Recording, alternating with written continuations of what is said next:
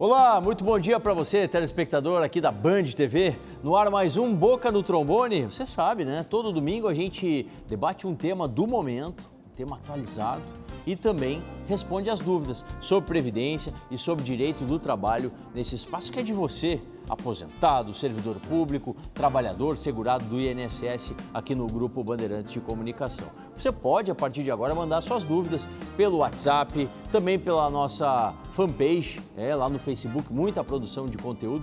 Se inscreva também no nosso canal do YouTube e navegue pelo nosso portal, pelo nosso site, programaBocanotrombone.com.br. Vários meios de interatividade para você participar, dúvidas de direito trabalhista e direito previdenciário. Quem hoje está comigo para representar a Federação dos Servidores Estaduais do Estado do Rio Grande do Sul é o seu presidente, Sérgio Arnaud.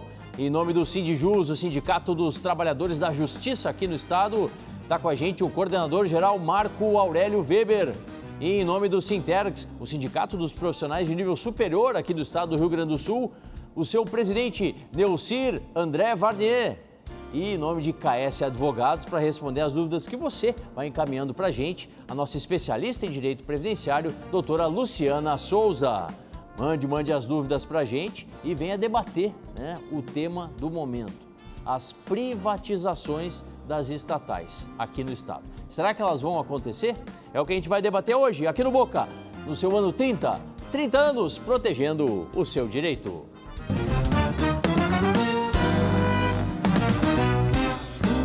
Todos os sábados na Rádio Bandeirantes você tem o espaço dos aposentados, dos pensionistas, dos trabalhadores e dos servidores públicos, com muita consultoria e a participação das entidades que representam as categorias.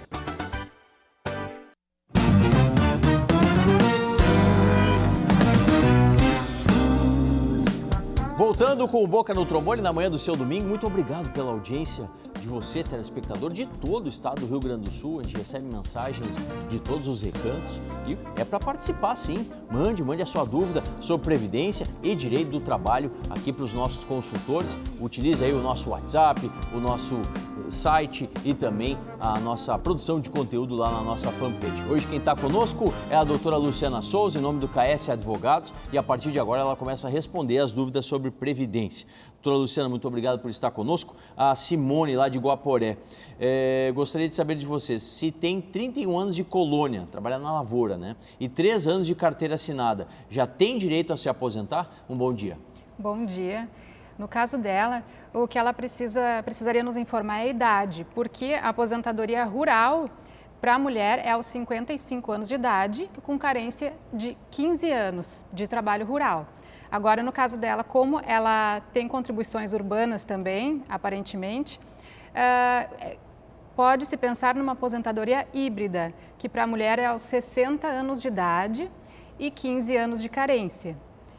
A outra possibilidade de aposentadoria, que seria a aposentadoria por tempo de contribuição, aí precisa de 30 anos de contribuição no caso da mulher. Sim, que no caso ela não se enquadraria, O Marco lá de Canoas, 33 anos de carteira assinada. Se mudar a lei, posso entrar com o pedido de aposentadoria? Tenho 48 anos, está com pressa aí o Marco. Quanto tempo de contribuição? 33. 33 anos de contribuição, ainda não fechou o tempo. Ele precisa fechar 35 anos de contribuição para então poder entrar com o pedido. Não tem como se adiantar e entrar antes para tentar garantir, não vai adiantar. Sim.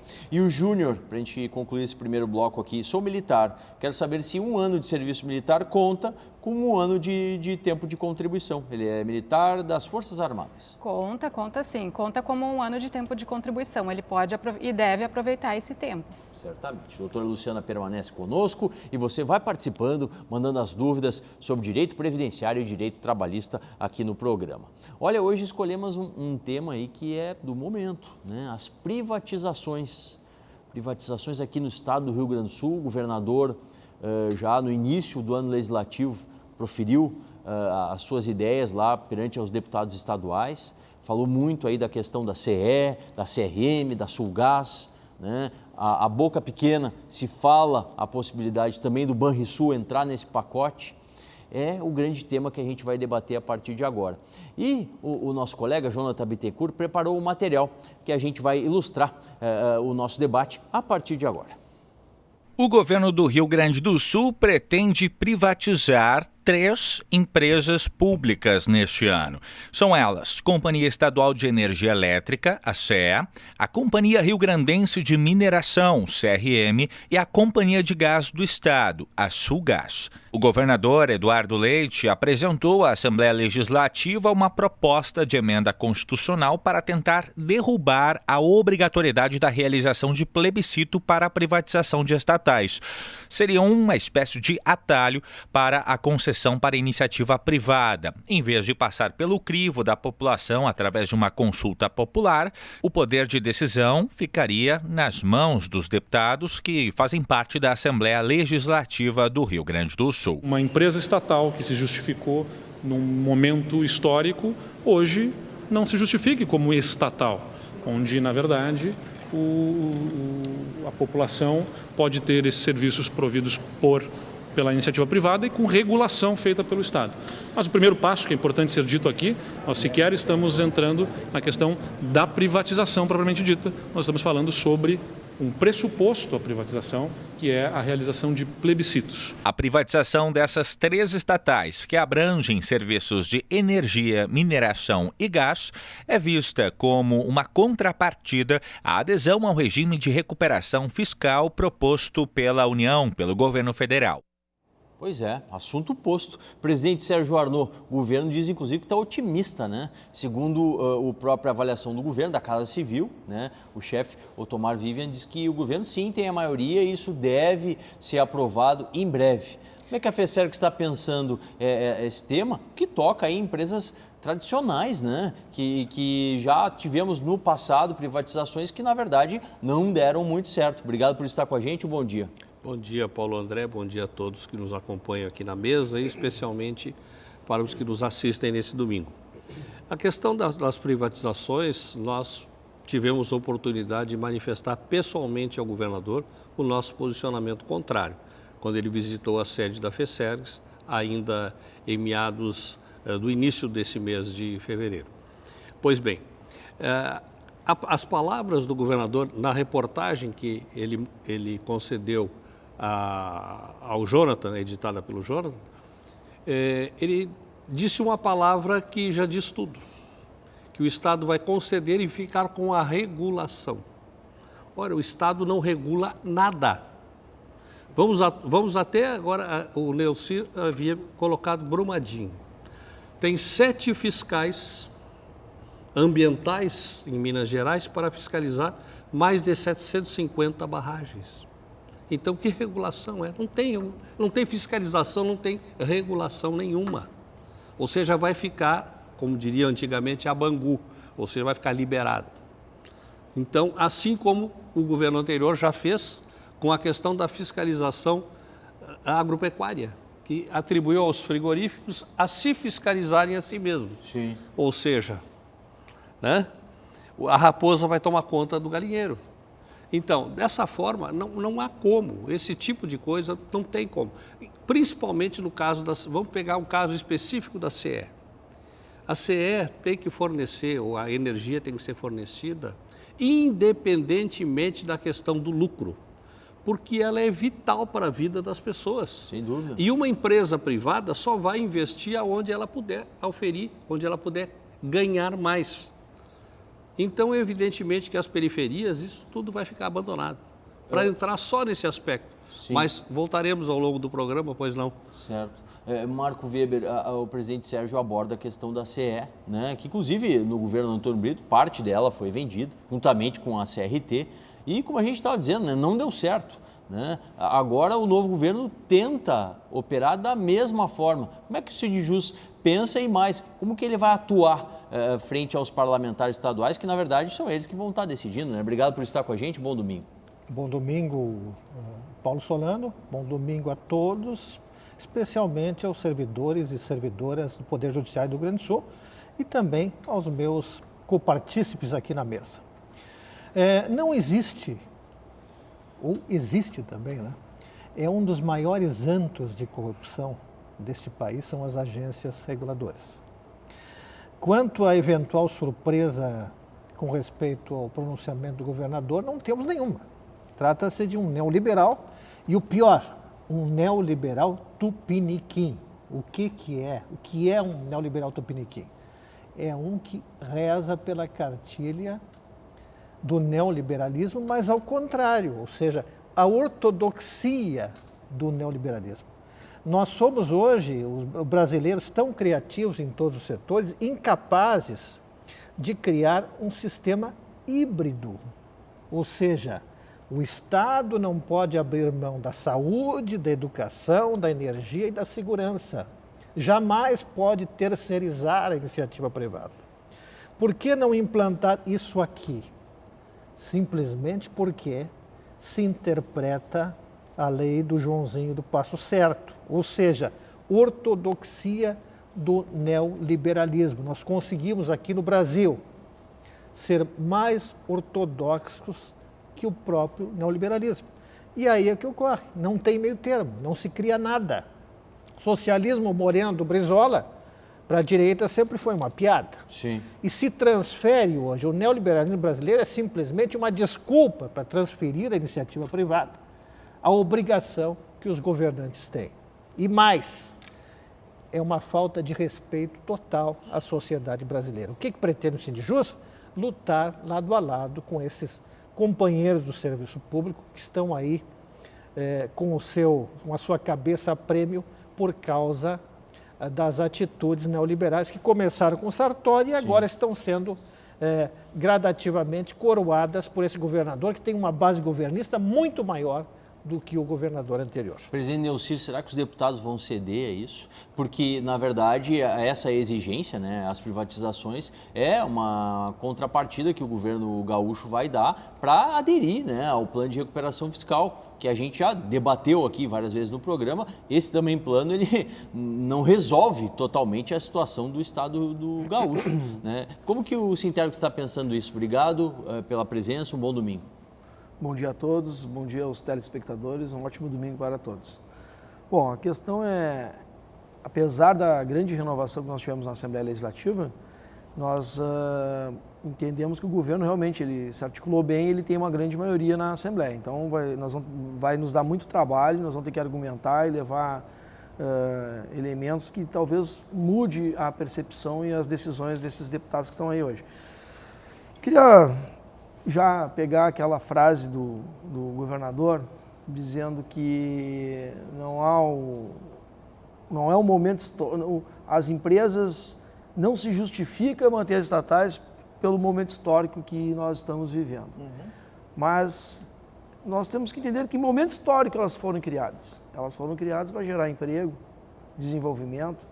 Nós não tínhamos capacidade empreendedora dos nossos empresários para fazer grandes aportes de recursos para criar grandes empresas que viessem a transformar a nossa sociedade, que naquele momento colocou o Brasil num patamar de desenvolvimento e industrialização que hoje, por ironia do destino, que essa onda de privatizações começou em 1980, hoje as indústrias participam, a atividade industrial participa no PIB a níveis de 1980. Então toda aquela onda de privatização veio dizendo que ia melhorar, que o setor privado oferece melhores serviços, vamos pegar a telefonia, que hoje a gente está vendo aí, não tem serviços de qualidade, né? Preços altíssimos. Tu vai reclamar para quem? Para as reguladoras? Não regulam nada, não resolvem nada. Não pagaram tá na fila? tostão de multa até hoje. Então, que melhorias são essas? Então, a gente fica muito perplexo porque várias empresas, principalmente estrangeiras, têm interesse nas nossas estatais. Se tem interesse é porque são bons negócios. E muitas estatais têm interesse nas nossas estatais de outros países, né? Então são bons negócios, que elas podem gerar riqueza, emprego e lucros para o Estado que precisa e é carente. Mas não, preferem torrar no mercado, liquidar, do que administrar. Ora, o governador veio para administrar, ser um bom gestor. Por que não, então? E nós temos quadros qualificados dentro do Estado com condições, competência e qualidade para administrar. Certamente. E dar resultados positivos para a sociedade. Eles vão na contramão daquilo que seria o ideal. Provocar vocês daqui a pouquinho, na volta das perguntas, sobre o Banrisul. O Banrisul não está rolado aqui entre as possíveis privatizações, mas será que não? Será que o governo não vai tentar também tirar essa verdadeira joia gaúcha do controle total aqui do Estado? Daqui a pouquinho aqui com o Sintergs, o Sindijus e a FESERGS. Doutora Luciana Souza, pelo KS Advogados, responde às dúvidas sobre Previdência. O César, lá de Lajeado. Estou trabalhando há 8 anos sem carteira assinada e não recolho para a Previdência todo esse tempo. Tem como recolher esse valor, esse retroativo, para não perder esse tempo de contribuição, doutora? Ele tem como pagar retroativo, mas precisará comprovar ao INSS o efetivo exercício do trabalho durante esse período. Até porque já se passou mais de 5 anos, então ele não tem como simplesmente emitir as guias e pagar. Ele vai ter que solicitar em uma agência do INSS essa regularização e comprovar o efetivo trabalho. Porém, tem um detalhe: para que esse tempo conte como carência, tem que ver se ele efetuou pelo menos uma contribuição em dia lá atrás. Sim. Se não, pode contar como tempo de contribuição, sim, mas se não tiver uma primeira contribuição em dia, não vai contar como carência. Perfeito. A Cristina, trabalhei 10 anos numa companhia de saneamento lá no estado do Mato Grosso. A empresa era do estado. Como faço para conseguir os documentos que comprovam o pagamento do INSS? O que eu recomendo é que ela pegue o CNIS, que é o Cadastro Nacional de Informações Sociais. É um documento da Previdência em que constam todas, ou devem constar, todas as contribuições do segurado. Para solicitar esse documento, o bom é que agora não precisa mais se dirigir até uma agência do INSS e enfrentar uma fila de longas horas, não é mais necessário. O segurado pode ele mesmo, da sua casa, entrar na internet, no site meu.inss.gov.br, preencher o formulário com as suas informações pessoais, responder algumas perguntas e aí dentro do meu INSS ela consegue retirar o CNIS para ver se as contribuições estão lá. Se forem contribuições vertidas para o Estado, aí sim ela vai ter que requisitar uma CTC, que é a Certidão de Tempo de Contribuição, para poder levar esse tempo para o INSS. Perfeito. Siga mandando as dúvidas para a gente, as dúvidas sobre direito da Previdência e direito do trabalho. Daqui a pouquinho tem o Dica Trabalhista aí, aqui no programa. Marco Weber, o novo secretário estadual da Fazenda, o carioca Marco Aurélio Cardoso, disse o seguinte: é uma posição muito clara do governo de que o Banrisul não será oferecido para a privatização. Dá para acreditar? Olha, se dá para acreditar, eu não sei. Eu me baseio em fatos e tu acabaste de citar um. Não se concebe, todavia, que uma entidade, que um banco estatal que dá lucro, seja oferecido em contrapartida por qualquer que seja o benefício. Portanto, se o Banrisul for oferecido para a contrapartida fiscal, desse beneficiamento fiscal, que na verdade deveria haver um indulto aos estados, começar do zero, e não destroçar as unidades federativas e a sua própria estrutura. Mas o que se pode esperar de neoliberais mais ortodoxos do que a própria ortodoxia? Ou seja, se espera a transferência do poder, que vai ficar gradativamente um poder apenas de fachada, Sim. para que a iniciativa privada, com o seu lucro desenfreado, comande o Estado.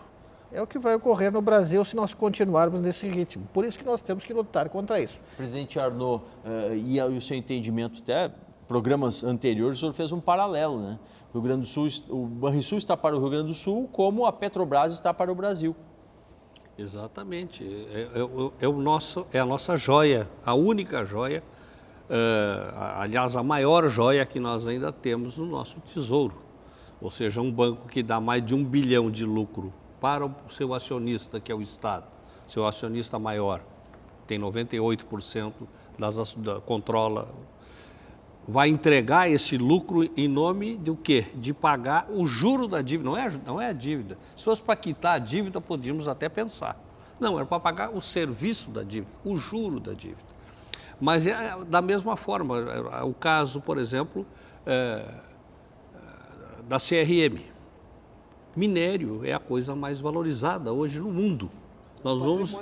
É um patrimônio, e aliás, não apenas um patrimônio, que é um patrimônio estratégico do país.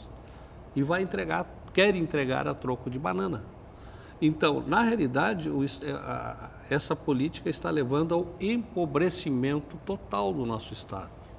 Nós estamos torrando, ou querendo torrar, os nossos governantes estão querendo torrar o futuro do Rio Grande do Sul. Sim. E até em indicadores nós já estamos nos aproximando do Nordeste.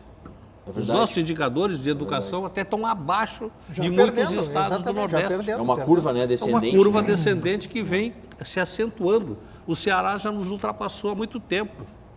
Presidente Delcir, não é um contrassenso, como o presidente Arnaud comentou, o Banrisul é o banco que dá um lucro enorme para o Estado. Como que se vai entregar isso para a iniciativa privada? Muitos diriam que o Estado não visa lucro, mas nós temos que entender onde é que nós estamos, em que situação a gente está, o Estado e o país. Nosso país é um dos mais ricos do mundo, é a nona economia.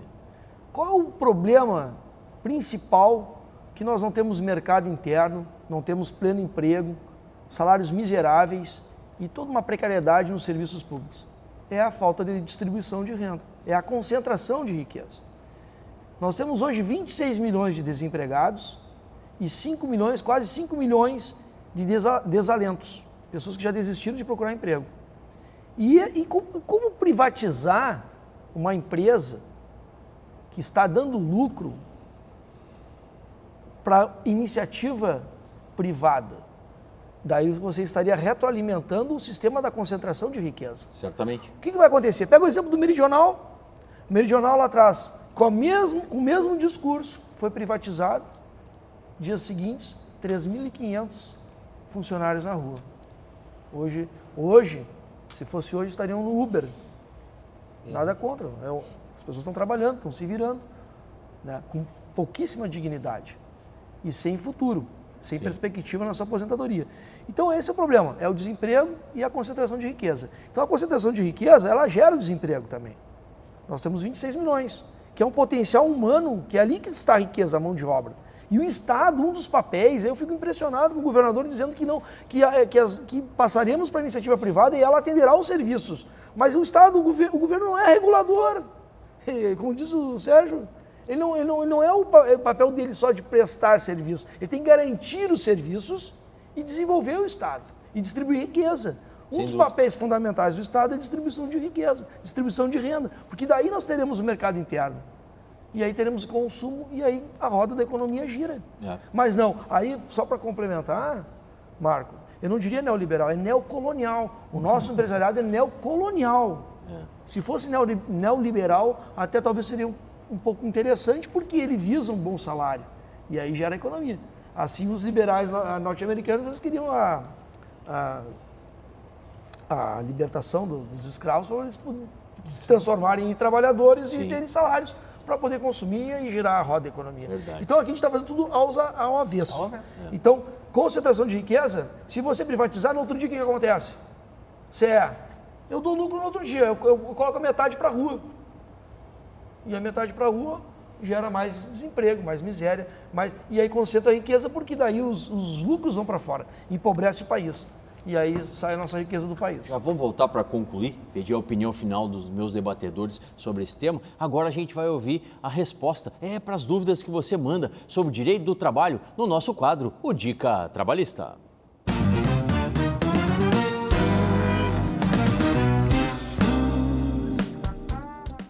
Muito bom dia, Dr. Paulo André Solano, muito bom dia aos amigos do Boca e os nossos queridos telespectadores. Dr. Solano, no Dica Trabalhista de hoje, nós vamos responder a dúvida que foi enviada pelo telespectador de nome Leandro. Ele diz o seguinte: sou gari e tenho um problema no braço e preciso de uma cirurgia. Esse problema começou depois que eu comecei a trabalhar nessa empresa. Estou no ano da estabilidade. E ele pergunta: eles podem me botar para a rua depois desse ano sem que eu tenha feito a minha cirurgia? Leandro, a questão é a seguinte: a regra geral é que nenhum trabalhador esteja ele em estabilidade ou não, em garantia de emprego ou não, nenhum trabalhador incapaz para o trabalho poderá ser despedido, né? Então, se você estiver com alguma incapacidade para o trabalho, nós recomendamos que você procure o INSS através do auxílio-doença e tente obter esse benefício de auxílio-doença. A regra geral é essa: comprovando a incapacidade para o trabalho, esse trabalhador ele não poderá ser despedido, certo? E eu só faço um alerta que a incapacidade para o trabalho ela é diferente do trabalhador possuir uma doença para o trabalho, porque existem algumas doenças que não geram incapacidade para o trabalho. Existem algumas doenças que são até mesmo assintomáticas. Então o segredo é a prova da incapacidade. Se você estiver incapaz, não poderá ser despedido, tá bom? Dr. Solano, por hoje era isso. Um bom dia a todos. Obrigado ao Dr. Marcelo de Jesus, sempre um dos nossos consultores aqui no Dica Trabalhista. Pode mandar suas dúvidas para a gente ao longo do programa e também sobre as de Previdência. A Eva, lá de Viamão, está aposentada há 4 anos, está trabalhando, contribuindo e ela pergunta se pode pedir revisão. Ela só pode pedir revisão de benefício se houver algum erro no cálculo da aposentadoria dela e não pelo simples fato de ter continuado trabalhando e contribuindo após a aposentadoria. E o Jorge de Canoas, 16 anos como vigilante, esse tempo tem algum acréscimo para a minha aposentadoria comum? Provavelmente sim. Ele precisa solicitar o PPP, que vai especificar as condições de trabalho dele, se ele portava arma de fogo no trabalho e todos os pormenores do trabalho dele. Tá certo. Obrigado, doutora Luciana. Presidente Arnaud, privatiza ou não? Qual é a sua opinião? Olha, com essa composição da Assembleia, vai ser bastante difícil e muito trabalhoso a gente segurar essas empresas no Estado. Mas eu queria aproveitar para deixar 20 segundos um recado, um alerta para todos os servidores públicos, inclusive para aqueles que não gostam dos sindicatos.